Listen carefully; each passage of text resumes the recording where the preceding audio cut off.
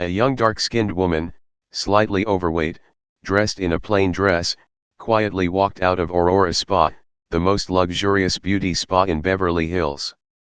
Her face showed deep hurt, but she said nothing. Behind her, the spa manager smiled with relief, as if she had successfully removed someone who didn't belong. To her, that moment was just another day of protecting the brand's image. But little did she know, in less than 24 hours, she would stand before the entire company, forced to apologize, her confidence shattered. What happened in that short span of time? And who was the woman she looked down on so easily?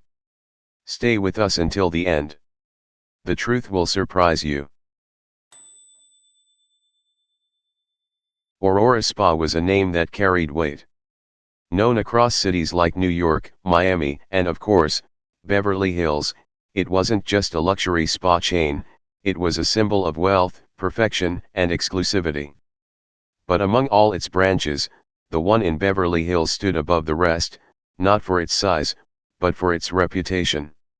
It was the crown jewel, the place where beauty met status, where only the most elite came to be pampered. The manager of this prestigious branch was Linda Spencer, a woman in her early 50s, always dressed in flawless pastel suits, her blonde bob never out of place, her heels clicking with quiet authority on marble floors. Linda was meticulous, almost obsessed, with how the spa was perceived. She believed that the spa's brand was not just its name, but its people, its clients, and its silence. Her voice was calm but firm, her eyes sharp, and her presence alone was enough to make junior staff stand straighter when she walked past. She demanded elegance, not only in service, but in appearance. Beauty must be clean, refined, and never disrupted by disorder, Linda once said at a staff meeting. It wasn't just a slogan, it was a law. And for Linda, disorder came in many forms. Wrinkled clothes, uneven skin tones, excessive weight, too much body hair, even laughter that was too loud. These things, to her, didn't belong in a space that catered to flawless living. Hiring was strict. New employees were handpicked not just for skill, but for looks. Skin had to glow, hair needed to be styled, voices soft, movements fluid. It wasn't enough to be professional. You had to be beautiful. Staff were trained to smile gently, speak softly, and walk with grace. One wrong gesture, one clumsy move, and Linda would notice. She noticed everything. The spa served a clientele that expected perfection. Celebrities came with sunglasses and bodyguards, socialites brought stylists and PR teams, and politicians scheduled early morning facials before high-profile events. There were rules, rules within rules. Cameras were banned, phones discouraged, all guests signed privacy agreements at the door. But the most rigid rules were the unwritten ones. Clients were quietly judged. If someone entered the spa looking tired, overweight, or simply out of place, eyebrows would lift. Whispers would pass from one corner to another. Sometimes, appointments were mysteriously lost in the system. Sometimes, a therapist would call in sick at the last minute. It always looked like a mistake, but it wasn't. The truth was, Aurora Spa had standards that went beyond skin deep. The deeper standard was visual harmony, the look of success. Linda didn't need to shout. She raised an eyebrow, and everyone understood. She smiled politely while scanning a guest from head to toe. And if the guest didn't match the unspoken ideal, they would feel it, even if nothing was said out loud. It was elegance with edges, refinement with razor-sharp judgments hiding beneath silk robes and lavender scents. Beverly Hills Aurora Spa was beautiful, yes, but only if you fit the frame. If not, your presence disrupted the illusion. And in Linda's world, illusion was everything. The entrance doors of Aurora Spa opened quietly as Melody stepped inside. She was 24, her skin a deep, warm brown, her body slightly rounded in a way that made her self-conscious in certain spaces. Still, today, she walked with grace and quiet confidence. Her dress was modest, light gray with a soft collar, paired with simple flats. She carried a neatly folded email printout and a cream-colored voucher labeled Royal Rejuvenation Package. Her hair was pulled back, her makeup light, her posture respectful. There was no arrogance in her steps, only the careful calm of someone entering a world she had admired from afar. She looked around. The lobby gleamed with polished marble, white orchids sat in glass vases, and the scent of eucalyptus floated in the air. A soft piano melody played in the background. This place was beautiful, exactly as she'd imagined. She approached the front desk and smiled. The receptionist, a young woman in a fitted beige uniform, looked up and hesitated for a split second. Her smile returned quickly, but the pause had already been noticed. Melody gently offered her voucher. "I have a 10 a.m. appointment," she said. Her voice was calm but held a slight tremble, the kind that comes from both excitement and nerves. The receptionist took the paper, glanced at the computer, and nodded. "Of course," she said, though her voice sounded too rehearsed. "Please have a seat, someone will be with you shortly." Melody nodded and quietly made her way to a corner seat, placing her bag beside her, hands resting on her lap.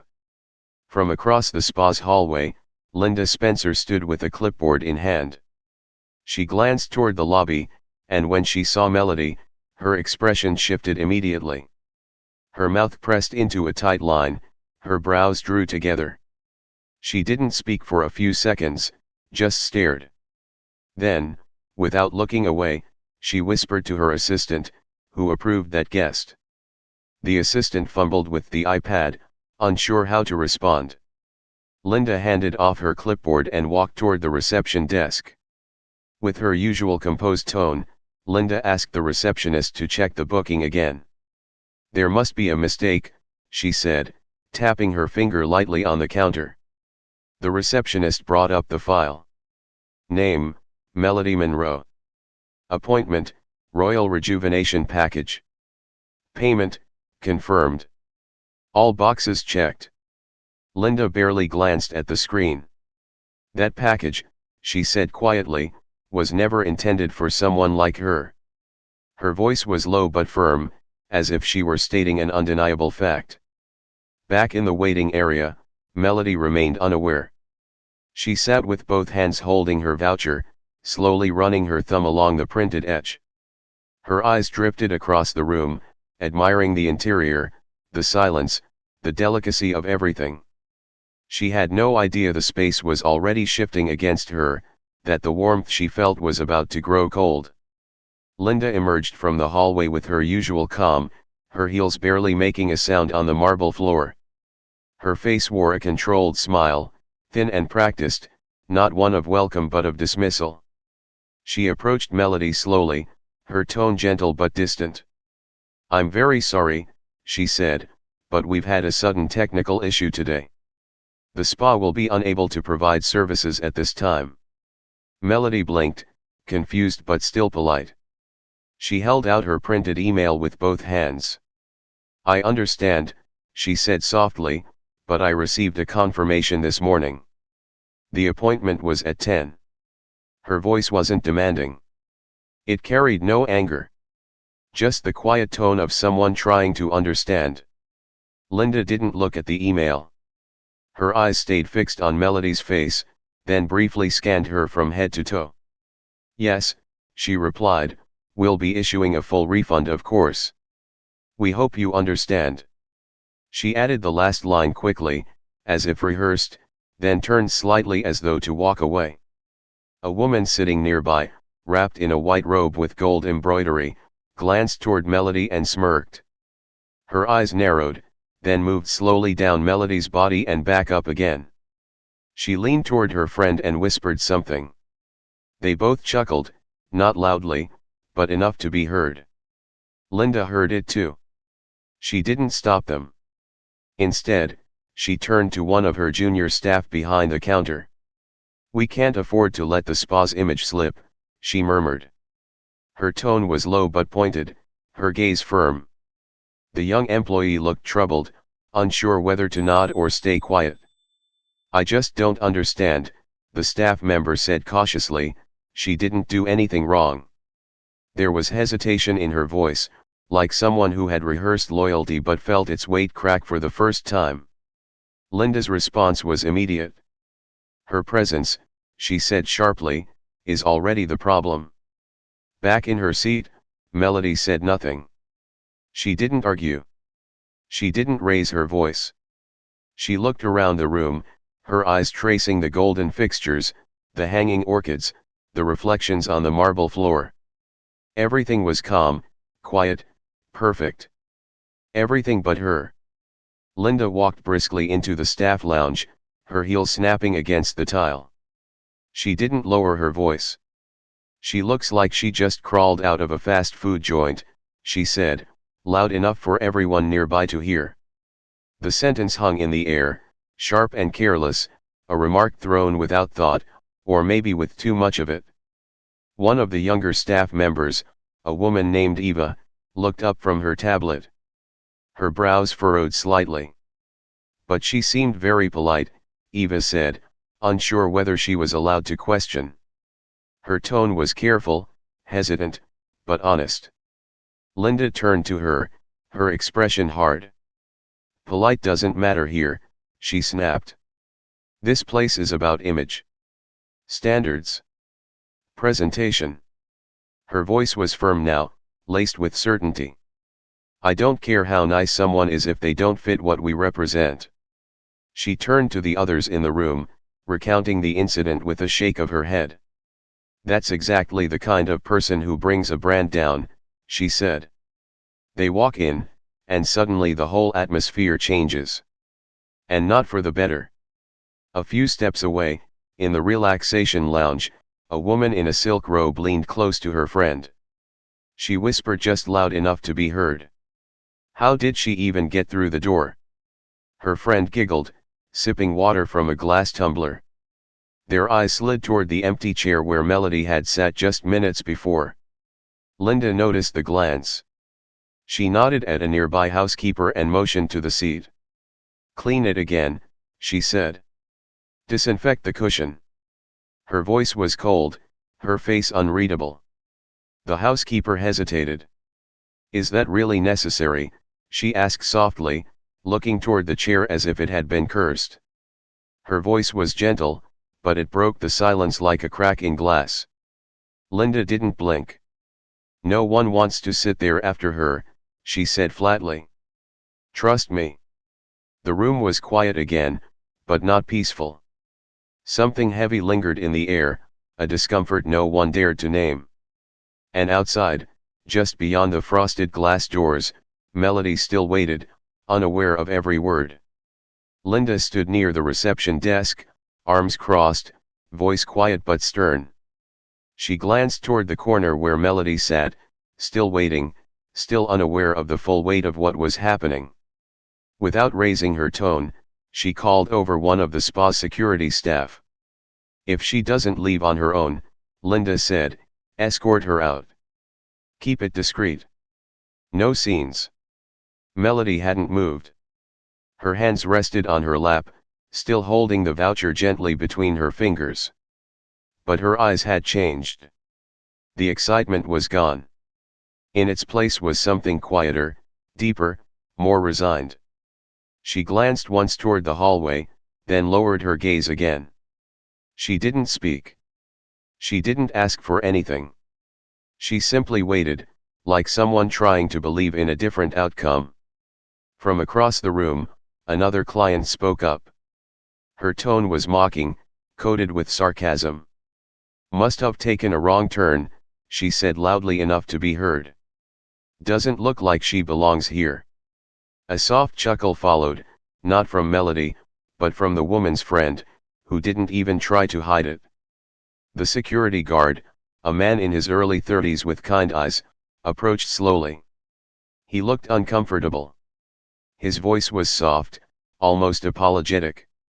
"Excuse me, ma'am," he said, "but we've been asked to ask you to leave. It's spa policy." He didn't look her in the eye. His fingers fidgeted slightly at his side. Melody finally spoke.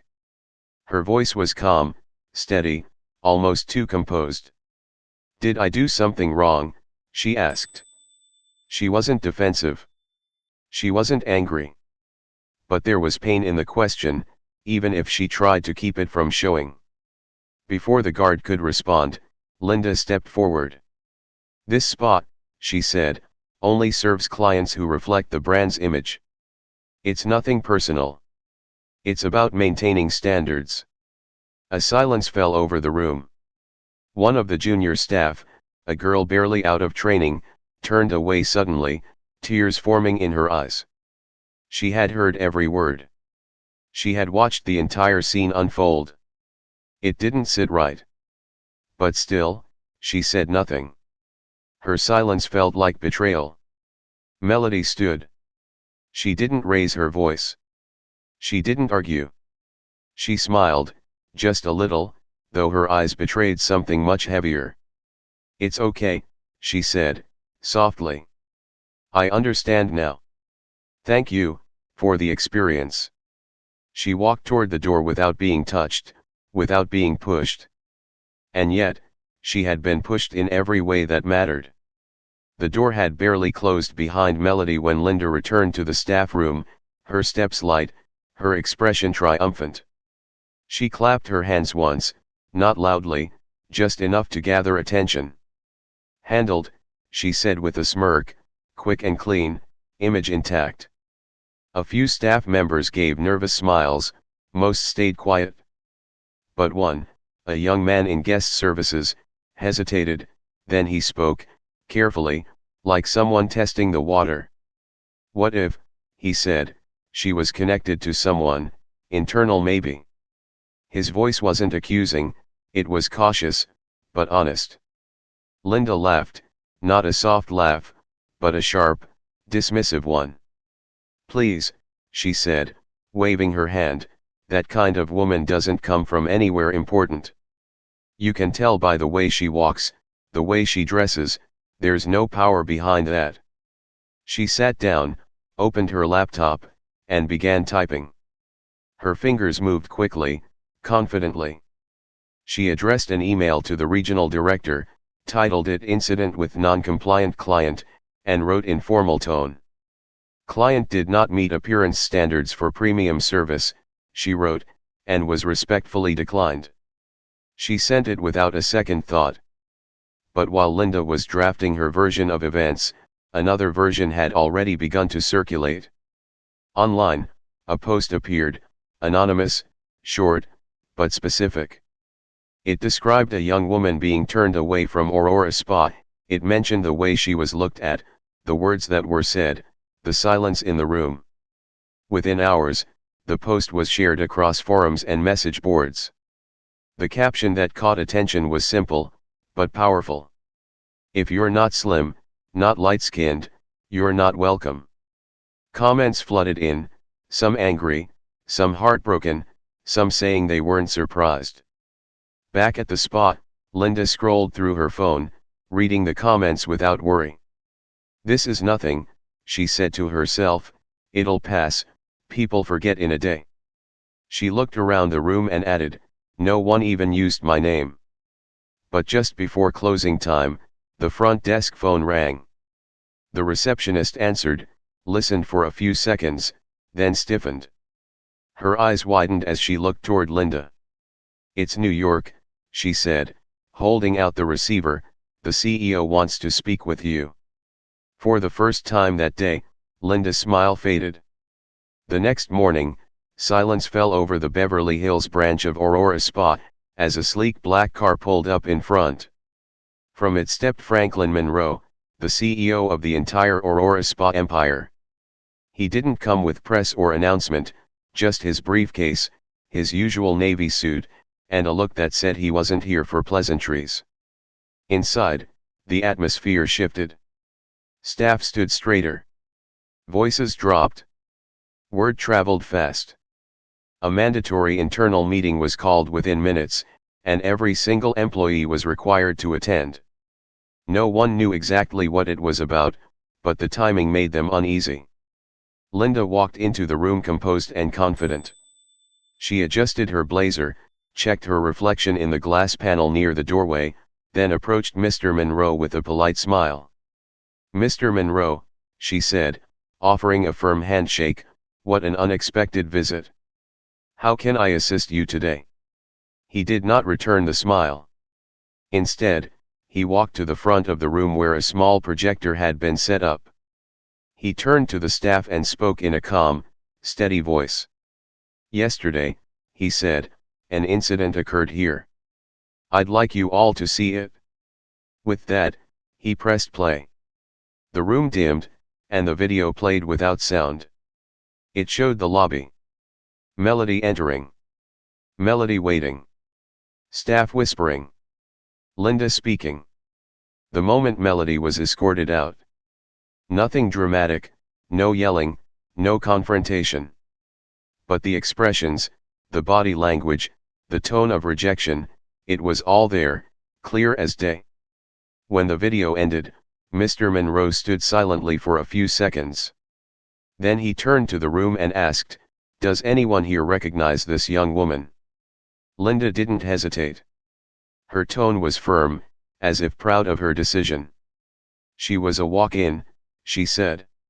"She didn't meet the visual standard for the Royal Rejuvenation package.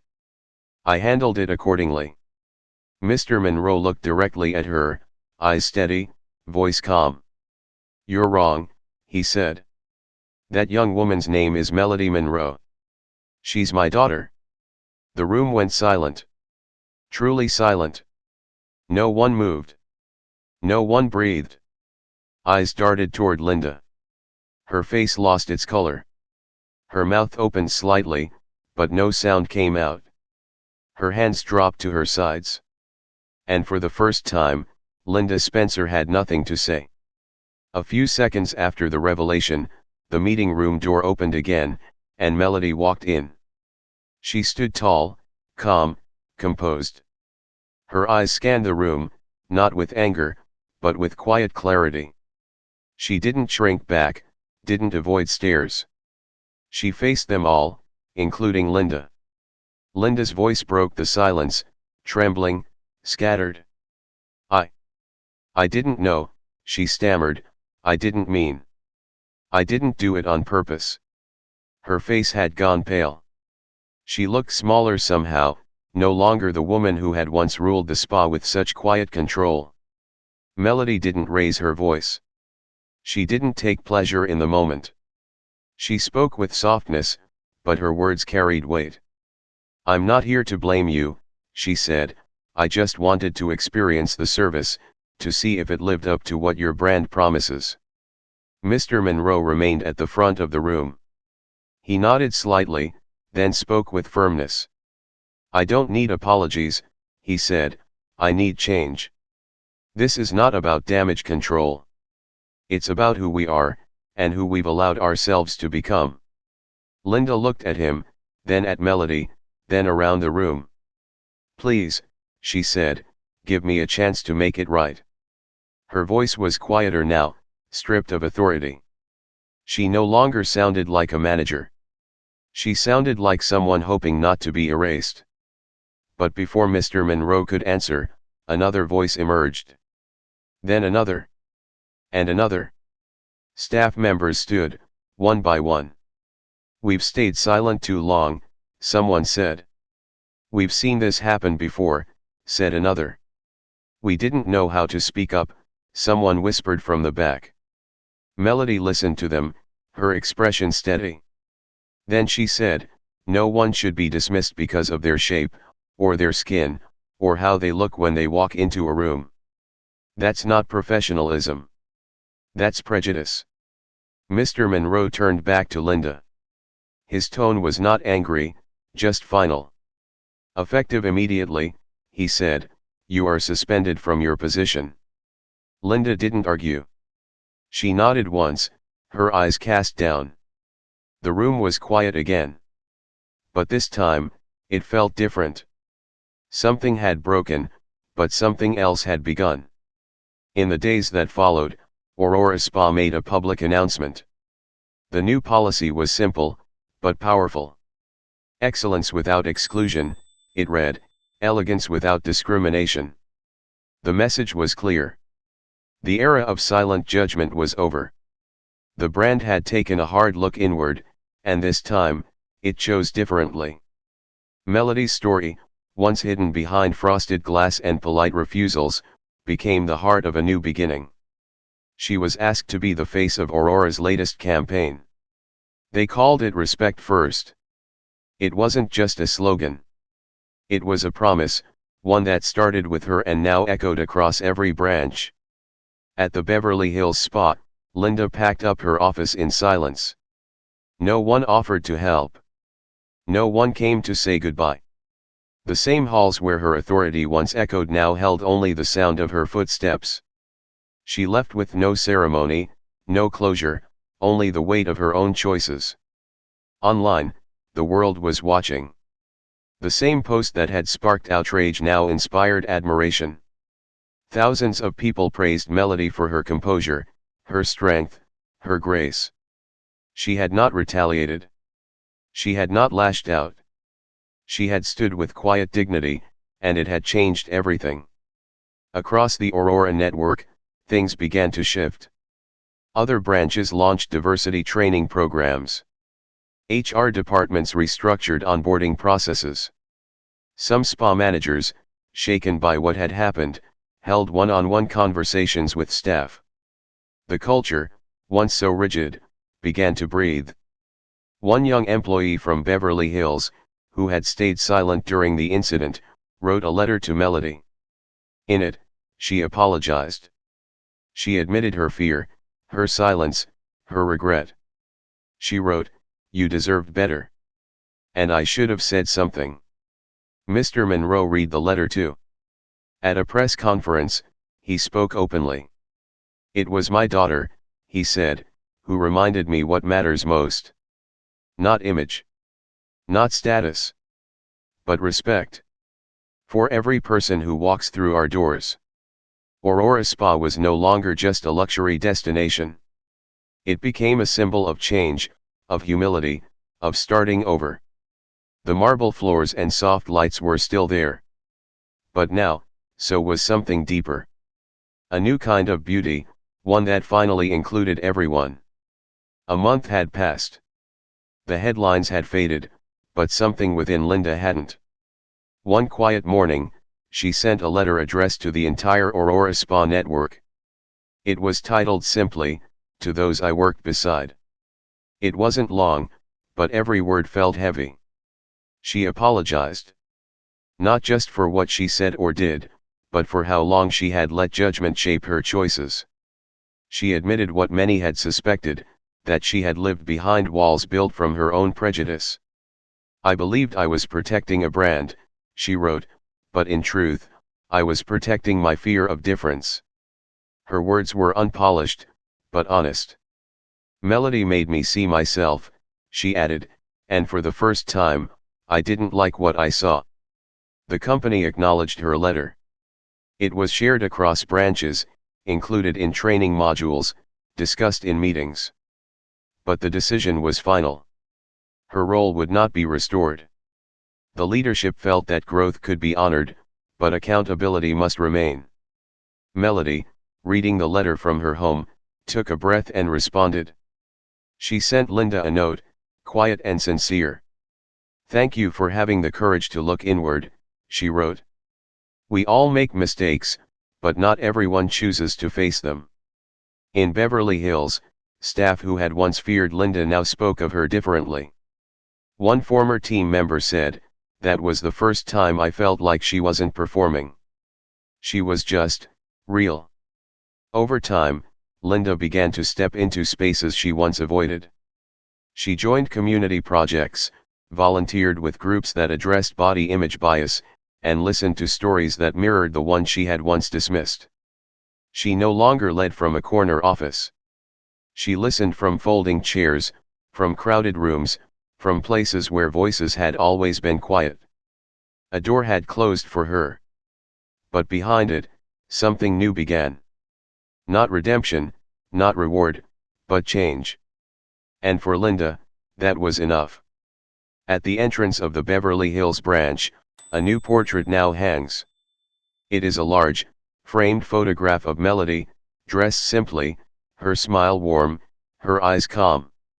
Beneath it, a small plaque reads, "Every person deserves to be seen." It is the first thing clients notice when they walk in, and it sets the tone for everything that follows. Guests now come in all shapes, all sizes, all backgrounds. There are no more raised eyebrows, no sideways glances. People are welcomed with sincerity, not judgment. Staff no longer whisper behind closed doors. They greet each guest with the kind of care that once seemed reserved for a few.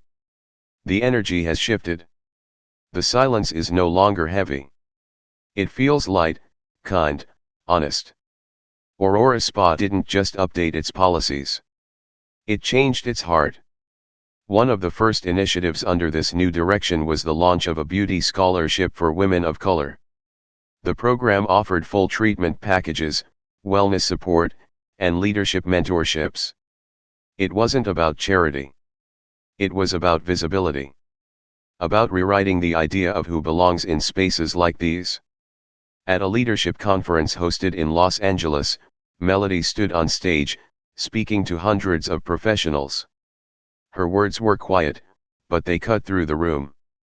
"You don't need to look like them," she said, "you just need to look like yourself." The audience stood to applaud. But Melody didn't pause for attention. She had never chased the spotlight. She only used it when it found her. Somewhere in a quiet apartment across town, Linda watched the speech online. She didn't comment. She didn't share the post. But she watched the whole thing. Twice. Then she closed her laptop and sat still, no longer angry, no longer afraid, only quiet and aware. Franklin Monroe, now in his 60s, visited the spa more often. He spoke with guests, shook hands with staff, smiled more than he used to. Watching Melody's influence unfold gave him something he hadn't expected: hope. "We used to sell perfection," he told a journalist. "Now, we stand for truth. That's worth more." The press soon picked up the story. Headlines read, "Aurora Spa, a brand transformed from the inside out." Articles praised its courage to confront old values, to evolve not just for the market, but for the people it once overlooked. Melody's story spread far beyond spa walls. Schools shared it. Churches discussed it. Community leaders quoted it. Not because it was loud, but because it was true. A quiet reminder that kindness changes everything, and that dignity, when protected, can transform the very core of a place. And so, from one silent rejection came a ripple that reached far beyond the walls of a spa. Melody never planned to change an industry. She simply walked in expecting to be treated like everyone else. What she received instead revealed something deeper. What she chose to do with it changed everything. Her story reminds us that power doesn't always come with a loud voice, or a high position. Sometimes, it walks in quietly, wearing a plain dress, carrying grace in both hands. And sometimes, all it takes is one person refusing to shrink, for a system to finally see itself clearly. We live in a world where image is praised, where standards are sold to us every day. But dignity is not about what you wear, how much you weigh, or how others define you. Dignity lives in how you carry yourself, how you treat others, and how you choose to respond when someone underestimates your worth. Let Melody's story stay with you. Let it challenge you, soften you, wake you up. Ask yourself, who have I judged too quickly? Who have I overlooked just because they didn't fit the picture I was taught to admire? If this story moved you, please share it with someone who needs to hear it. Leave a comment, let us know what part stayed with you. And if you believe stories like this matter, subscribe to our channel for more. Thank you for watching, and we'll see you in the next video, where another quiet voice might just change everything again.